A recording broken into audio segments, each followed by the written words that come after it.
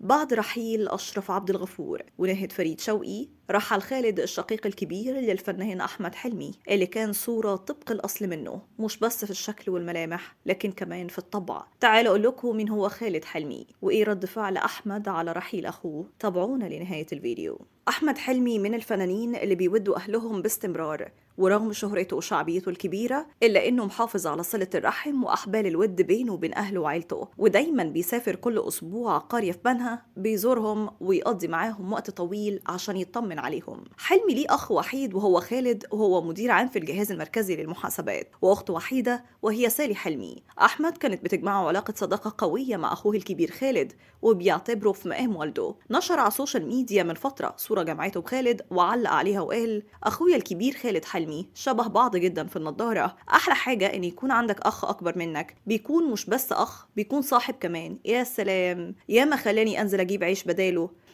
يلا، الكبير كبير برضه حبيبي يا خلودة. أما عن سبب الرحيل فكان لأن خالد كان بيعاني من مشاكل في القلب، وأجرى من كام شهر جراحة قلب مفتوح، وبدأ يعاني في الفترة الأخيرة. وتفاصيل اللحظات الأخيرة في حياته إنه حس قبل الفجر بأنه مش قادر يتنفس بشكل طبيعي، وحس بألم في قلبه وحالته ما كانتش تطمن. اتصلوا بأحمد حلمي اللي ركب عربيته وسافر على بنها، ولما وصل اطمن على خالد اللي قال له: تعبت نفسك ليه يا حبيبي؟ ما كانش فيه لزوم تيجي وتتخض عليا بالشكل ده. حلمي رد عليه والدموع في عينه وقال له: سلامة قلبك يا قلب أخوك يا خلود. وبعدها بس إيده وحضنه ودموعهم في عينهم وكأنهم بيودعوا بعض في مشهد حزين. حلمي طلب ينقله لأقرب مكان طبي مجهز للإطمئنان عليه، ولما حضر طبيبه المعالج بلغه إن حالته النفسية مستقرة ومش مستاهلة. وفعلا خالد حس إنه بقى كويس. بات معاهم حلمي، وقبل أذان الفجر رحل خالد في هدوء عن دنيتنا، وكأنه رفض يرحل من غير ما يجمع كل عيلته وحبايبه حواليه. ودخل حلمي على أخوه وباسه من جبهته